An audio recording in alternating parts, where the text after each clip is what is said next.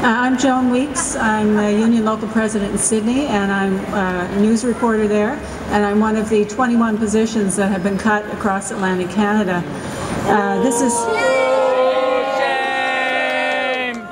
This is actually the second time CBC has let me go.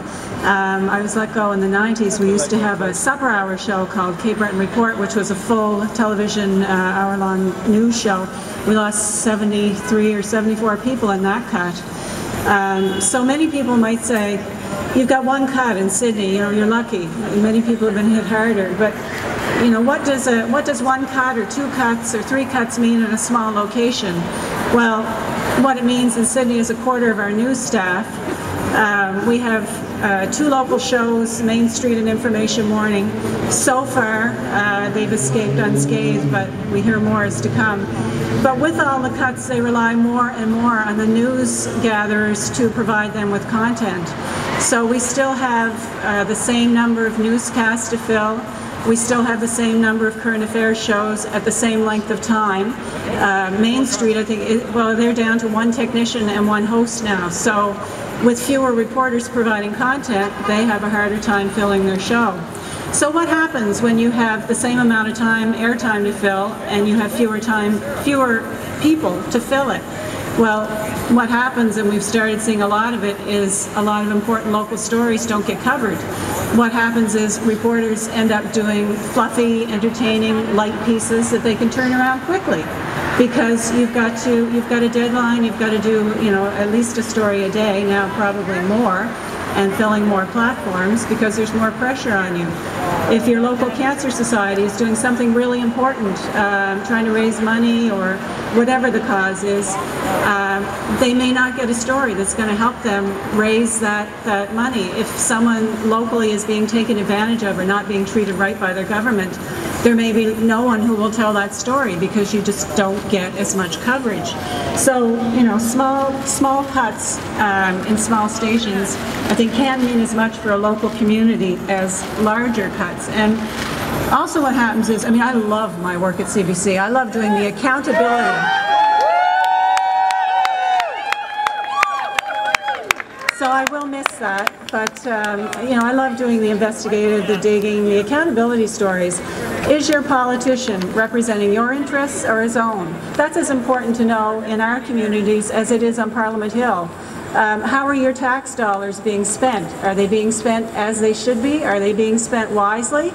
Who's going to look into that if reporters are, you know, having to turn out materials so quickly they can't dig?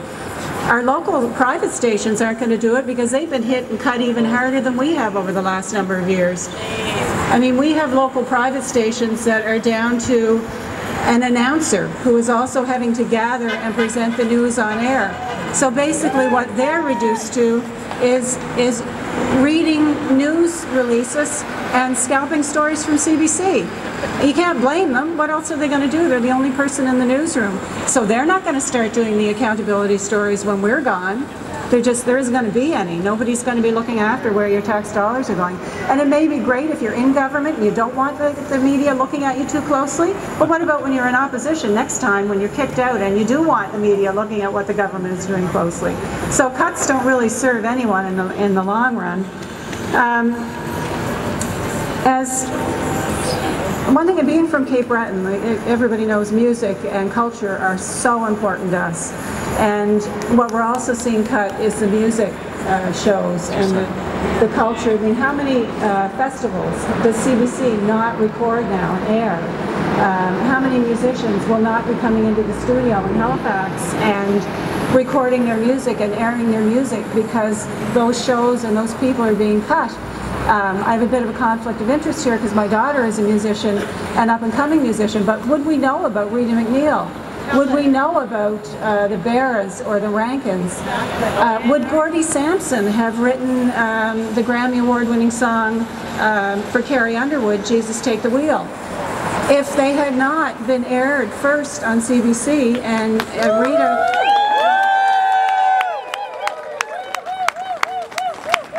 I mean, Rita fought to have Gordy play on her show. Some people didn't want him on the show because he couldn't read music at that point. And she fought to have him on her television show and gave him his first coverage. And now Gordy is bringing up a whole new crowd of musicians. But who will ever hear them? Because the private radio stations don't play them. You know, so who's ever going to hear them if CBC doesn't take them under their wing? So those are some of the important things we're losing, in addition to the news coverage that we're not going to have in the future. And I just want to say a few words to the fellow CBCers who are being laid off, as I am.